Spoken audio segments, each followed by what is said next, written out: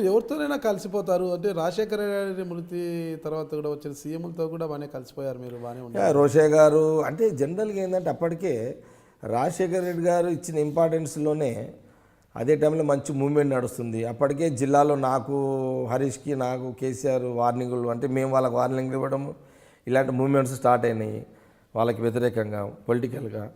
దాన్ని వాళ్ళు ఆ టైంలో రాష్ట్రంలో కాంగ్రెస్ ఎంపీలు ఎమ్మెల్యేలు మంత్రులు తిరుగుతుంటే వాళ్ళు దాడులు చేయడం ఇవన్నీ జరుగుతున్న టైంలో నేను రివర్స్ యాంటీగా అంతేనండి నేను వార్నింగ్లు ఇచ్చి స్టార్ట్ చేసిన. అప్పటికి హరీష్ రావుకి నువ్వు రా చూసుకుందాము, హరీష్ రావు నువ్వు సంగారెడ్డికి రా చూసుకుందామనే ఈ వార్నింగ్లు స్టార్ట్ అయ్యే టైంలో ఆ టైంలో తెలంగాణలో నేను ఒక్కనే డేర్ చేసిన ఆ రోజులలో. అది కొద్దిగా ఆయనకు నచ్చింది అంతే. అప్పటికింకా ఈ తెలంగాణ సబ్జెక్ట్ ఇంకా మూమెంట్ స్టార్ట్ కాలే. ఇప్పుడు నేను చాలా సందర్భాలు కూడా చెప్పిన కేసీఆర్ తెలుగుదేశంలో స్థానం దొరకక అవకాశం లేక పార్టీ పెట్టుకొని పార్టీ ద్వారా నాయకుడుగా ఎదగాలని చూసిండు తప్పితే నిజంగా తెలంగాణ బతుకులు ఎండిపోయినాయి, తెలంగాణ బతుకులు రోడ్డు మీద ఉన్నాయి అని వచ్చింది పెట్టిన పార్టీ కాదు అది. ఎందుకంటే నాకు బాగా ఐడియా ఉంది. ఆయన ట్రాన్స్పోర్ట్ మినిస్టర్గా ఉన్నప్పుడు కూడా చిన్న రాష్ట్రాల్లో ఉపయోగం లేదు అని ఇదే టీడీపీ ఎమ్మెల్యేగా ఆయన వాయిస్ ఇచ్చిండు. అసెంబ్లీ రికార్డ్స్ ఉన్నాయి అవి. ఆయన అంటే భిన్నాభిప్రాయాలతో వచ్చిన నాయకుడు ఆయన కూడా. ఆయన కూడా ఏంది ఇప్పుడు మేము ఎట్లా పార్టీలు చేంజ్ చేసాం ఆయన కూడా చేంజ్ చేసిండు. ఆయన యూత్ కాంగ్రెస్లో పనిచేసిండు, కాంగ్రెస్లో పనిచేసిండు, టీడీపీలో పనిచేసిండు. టీడీపీలో ఆయనకు మంచి స్థానం దొరకకపోయేసరికి టీఆర్ఎస్ పెట్టుకున్నాడు. ఇప్పుడు తెలంగాణ కాంగ్రెస్ ఇచ్చింది కాబట్టి ముఖ్యమంత్రి అయ్యాడు. ఇవ్వకపోతే మళ్ళీ ఆయన సేమ్ మాతీరు ఒక మంత్రి అట్లనే ఉంటుండే, ఎమ్మెల్యే అంతే. ఆయన ఎమ్మెల్యే మంత్రిగానే ఉంటుండే, అట్లనే ఉంటుండే, ఏమి ఉండకుండా ప్రత్యేక. రోషయ్య కిరణ్ కుమార్ రెడ్డి ఎలాంటి ప్రాధాన్యత ఇచ్చేవారు మీకు? ఎస్, వాళ్ళు కూడా అదే ప్రాధాన్యత. రాజశేఖర రెడ్డి గారు తర్వాత చనిపోయిన తర్వాత రోషయ్య గారు కూడా అట్లనే రిసీవ్ చేసుకుంటుండే ఆ సన్నిహితం యాక్టివిటీస్.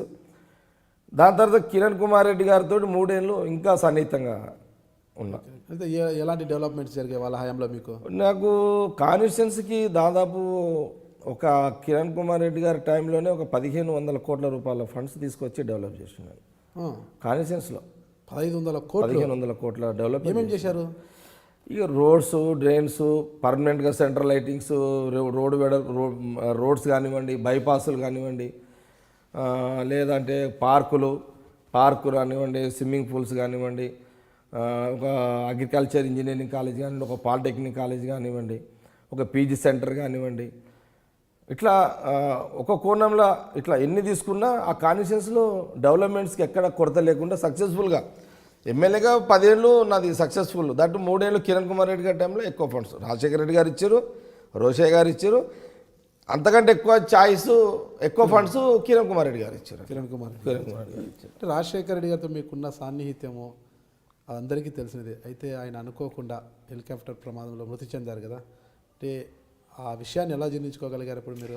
తట్టుకోలేకపోయినాం వాస్తవం కూడా. రాజశేఖర రెడ్డి గారు చనిపోవడం అనేది ఒక తట్టుకోలేకపోయినాం. ఒక 2 నెలలు 3 నెలలు కూడా అందులోంచి రాలేకపోయినాం బయటికి. నేననే కాదు, అనేక మంది. ఎందుకంటే అందరు ఎమ్మెల్యేలు, ఎంపీలు, మంత్రులు ఆ ప్రాంతం అని కాదు, అందరూ ఆయనతో ఉన్న సన్నిహితము, ఆయనతో ఉన్న క్లోజ్నెస్, ఆ సన్నిహితంతో 2-3 నెలలు తట్టుకోలేకపోయారు ఎవరైనా కానీ.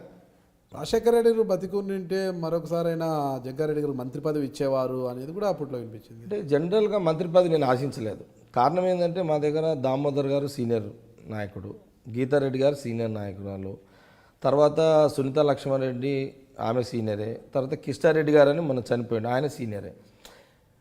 ఏదున్నా వాళ్ళు ఫస్ట్ దామోదర్ గారికి తర్వాత గీతారెడ్డి గారి తర్వాతనే ఆ ఇద్దరికి ఛాయిస్, వాళ్ళిద్దరి తర్వాత నాకు. కాబట్టి నేను ఎప్పుడు కూడా మినిస్టరు ఎప్పుడు కూడా నేను ఆశించలేదు, దానికోసం ప్రయత్నం కూడా చేయలేదు అది.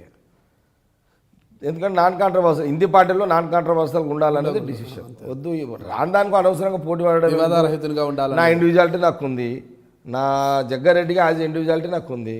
3 ముఖ్యమంత్రులతో సన్నిహితం ఉండే, ఏ ముఖ్యమంత్రి ఎరువైనా పనులు ఆగకుండే. కాబట్టి నాకు ఉండే ఇబ్బంది ఏం లేదు. మంత్రులుగా వాళ్ళకి ఎంత ప్రోటోకాల్ ఉంటుండో సీఎం దగ్గర, మంత్రి లేకుండా నాకు అంత ప్రోటోకాల్ సీఎం గారు ఇచ్చేటోళ్ళు. ఒక్కటి చెప్పండి మీరు జగ్గారెడ్డి గారు, అంటే వైఎస్ రాజశేఖర రెడ్డి బతికున్నంత కాలము తెలంగాణ ఉద్యమము అంత పెద్ద ఎత్తున లేకపోయింది.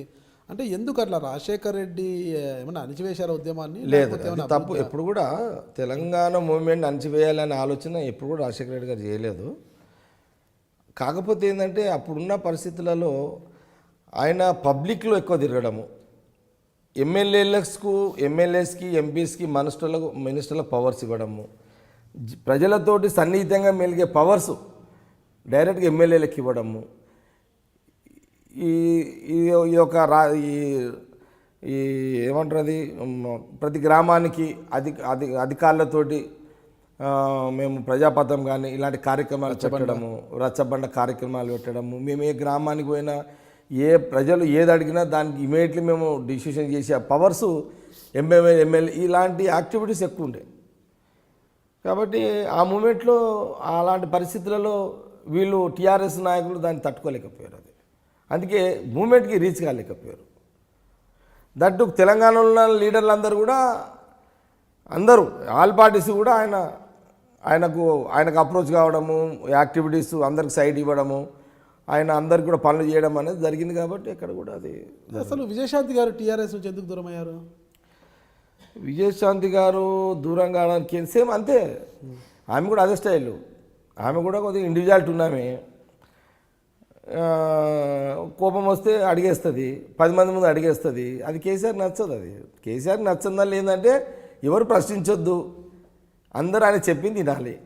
అట్లా ఉన్న అలాంటి నాయకులు అందరికీ డోకాలేదు టీఆర్ఎస్లో. విజయశాంతి గారు మీకు టచ్లో ఉంటారు ఇప్పుడు? జనరల్గా ఇప్పుడు కాంగ్రెస్ పార్టీ ఉంది కాబట్టి టచ్లు ఉంటాం అందరం. టచ్లో అంటే పెద్దగా కనిపించట్లేదు. జనరల్గా వాళ్ళు రారు, ఇప్పుడు యాక్టివిటీస్ కూడా ఏం లేవు కాబట్టి వాళ్ళు బయటకు వస్తలేరు అంత. ఒక స్ట్రైట్గా చెప్పండి, రాజశేఖర్ రెడ్డి గారు బతికి ఉండింటే తెలంగాణ వచ్చేదా? రాజశేఖర రెడ్డి గారు నిజంగా బతికి ఉంటే తెలంగాణ వచ్చేది కాదు. కారణం ఏంటంటే పబ్లిక్ మూమెంట్లో రాజశేఖర రెడ్డి గారు యాక్టివ్ రోల్ ఉండే ముఖ్యమంత్రిగా. కాబట్టి తెలంగాణ ప్రజలు కూడా అజిటేషన్కి అప్పటికి ఇంకా కేసీఆర్ మాట రిసీవ్ చేసుకునే పరిస్థితి లేదు.